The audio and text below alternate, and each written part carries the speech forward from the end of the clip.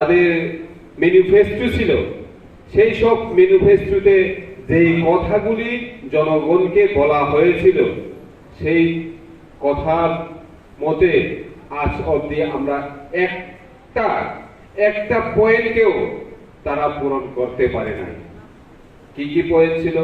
খুবই সিম্পল, খুবই ইম্পর্টেন্ট।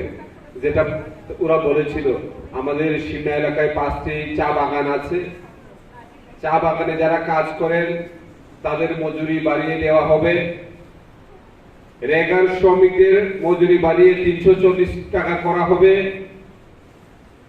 বৃদ্ধ ভাতা যে সংখ্যা আছে আরো বাড়িয়ে দেওয়া হবে। কিন্তু আজ পর্যন্ত আমরা এরকম কিছু দেখিনি। তাদের মূল মন্ত্র আমাদের ভারতবর্ষে সবাই জানা, সবকা সাথ সবকা বিকাশ। কার হয়েছে বিকাশ? এই সিমনা অঞ্চলে কতিপয় 10-15 জন বিজেপি নেতা ছাড়া কাদের বিকাশ হয়েছে এটা আপনারা সবাই জানেন। কার বিকাশ হয়েছে, কার আঙ্গুল ফুলে কলা গাছ হয়েছে আমরা সবাই জানি। এটা আর গোপন রাখার আর কোনো বিষয় নয়।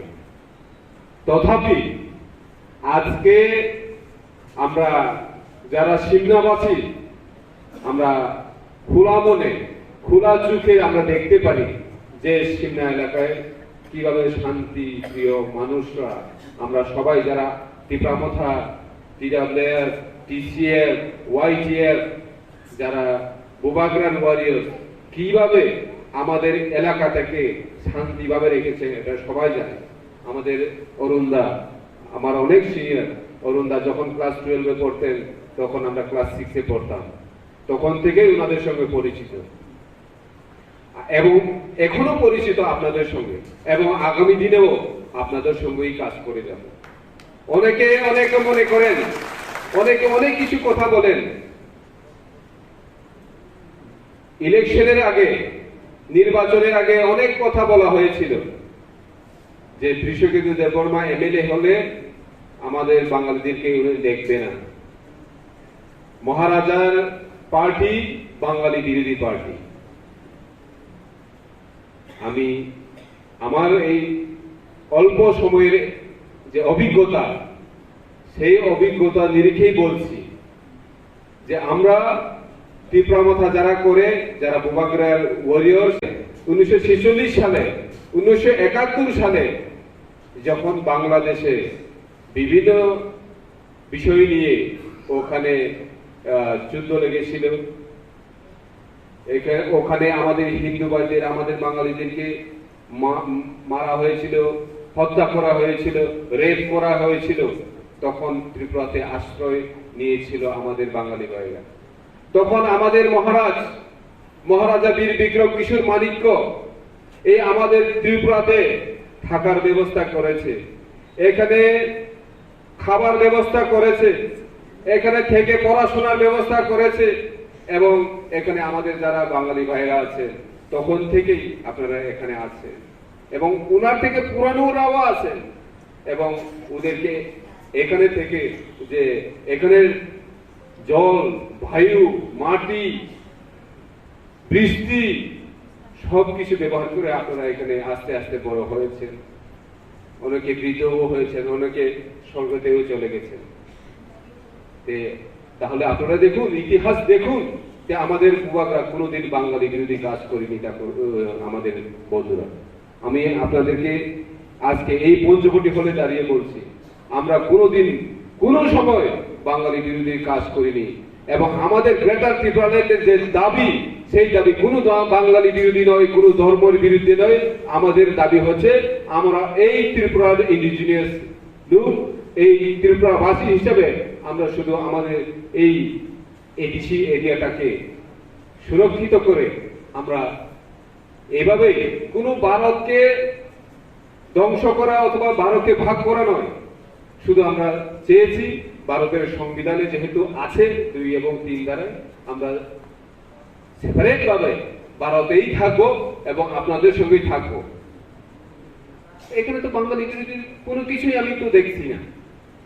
সুতরাং আপনারা এখন বুঝে গেছেন, এবং যারা বুঝেনি এবং যাদেরকে অন্যভাবে বোঝানো হয়েছে তাদেরকেও আমি আজকের এই সভার মাধ্যমে বোঝাতে চাই যে আসুন, আমাদের যে বর্তমান মহারাজা প্রদ্যুৎ কিশোর দেব বর্মন, ওনার কোনো এরকম মেন্টালিটি এবং এরকম চিন্তা নেই যে এখান থেকে বাঙালিদেরকে তাড়িয়ে দাও, বাংলাদেশে আবার এখানে আমরা গ্রেটার ত্রিপুরাল্যান্ড বানাবো, বাঙালি বিরোধী করব, এরকম তো আমাদের মহারাজ কোনোদিন বলেনি এবং বলবেও না, আমরাও বলছি না।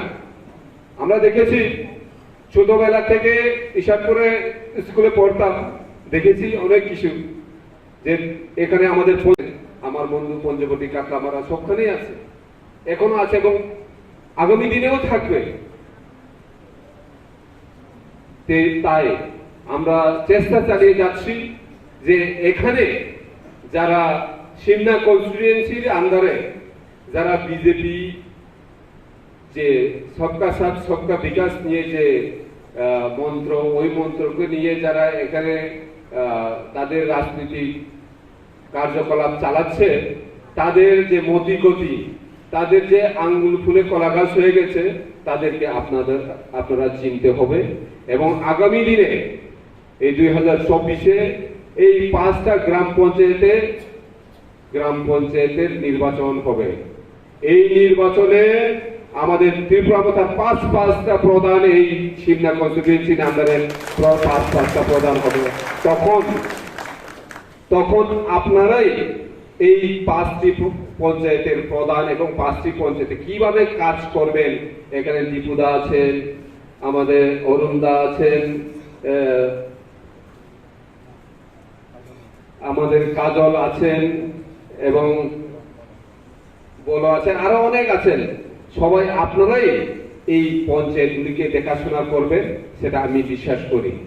এবং কাজ এভাবেই করবেন যাতে ভবিষ্যতে কেউ যাতে বলতে না পারে যে এই অরুণ মজুমদার ত্রিপুরা মাথা করেছে, পাওয়ারে এসে আঙ্গুল ফুলে কলা গাছ হয়ে গেছে, দীপু নন্দী আঙ্গুল ফুলে কলা গাছ হয়ে গেছে, এইভাবে যাতে কেউ বলতে না পারে।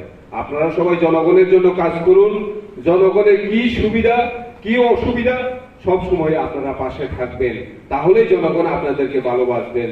এছাড়া কিন্তু আপনাদেরকে কেউ ভালোবাসবেন না। যদি শুধু আমার যদি করে তাহলে হবে না, কারণ আমাদের মহারাজা সবার জন্য কাজ করতে চায় এবং সবাই যাতে উপকৃত হয়, সেইভাবেই আমাদের মহারাজ কাজ করার জন্য তাগিদ নিয়ে কাজ করে চলছে। আমরা দেখেছি গত কিছুদিন আগে বিজেপির কতিপয় মন্ত্রীরা, এমপিরা, এক্স মিনিস্টাররা আমাদের বুবাগরার বিরুদ্ধে কথা বলতে শুরু করেছে। কি কথা? যে আমাদের বুবাগরা, যে আমাদের এই ভূমিপুত্রদের, যারা এখানে আমরা আদিবাসী হিসেবে আমরা আছি, তাদের জন্য যে ভারতের সংবিধানের ভিত্তিতে এবং সংবিধানকে মেনে কনস্টিটিউশনাল যে শরীর আমাদের ত্রিপুরা মথার উইংসের TWF এর মাননীয় সেক্রেটারি শ্রী শিবাঞ্জলি দেববর্মা এবং আমাদের এই আজকের সবার মঞ্চে উপস্থিত সকলকে একসঙ্গে বলবো, কারণ আমাদের কাছে সময় খুব কম। সকল উপস্থিত আমাদের বুবাগরার ওয়ারিয়র্স এবং আজকে যে এই সভাতে এই এলাকার জনগণ, যারা আপনারা ভয়কে তোয়াক্কা না করে এই সভায় আজকে উপস্থিত হয়েছেন, স্পেশাল ভাবে আপনাদেরকে আমি নমস্কার জানাই এবং সেলিউট জানাই। আপনাদেরকে বারংবার চেষ্টা করা হয়েছে যে আজকের সভাতে যেভাবে হোক এই পঞ্চবটি বাজার, এই কাতলামারা, এই আমাদের এই কলোনি, পূর্ব কলোনি, ঈশানপুর থেকে যারা আজকে আমাদের এই সভাতে আসার জন্য সকাল থেকেই প্রিপারেশন করেছিল, অনেকে আজকে আসতে পারে নাই। কিন্তু যারা এখানে এসেছেন ভয়কে ভাত দিয়ে আমরা গণতন্ত্রকে রক্ষা করবই এবং মহারাজার সঙ্গে ত্রিপুরা মাথার জন্য আমরা কাজ করবই, এই কথা মাথায় রেখে এবং মনের মধ্যে শক্তি দিয়ে আপনারা এই সভাতে এসেছেন। আপনাদেরকে ধন্যবাদ। এবং আগামী দিনে আরো যারা আজকে যাদেরকে আটকিয়েছে তাদেরকেও আপনারা নিয়ে আসবেন, সেটা আমি বিশ্বাস করি। কতদিন আটকিয়ে রাখতে পারবে? কতদিন আপনাদের ঋণের ব্যবস্থা, বৃদ্ধ ভাতার ব্যবস্থা, কেসিসি লোন, এইভাবে মানুষকে ভুকা বানিয়ে আর কতদিন মানুষকে এইভাবে হয়রানি করবেন? আমরা সবাই জানি এই সিমনা কনস্টিটুয়েন্সি আন্ডারে যারা বিজেপি করেছিল, যারা 2018 সালে বিজেপি এবং আইপিএফটি কে ভোট দিয়েছিল, বিজেপির তখনকার সময়ে যে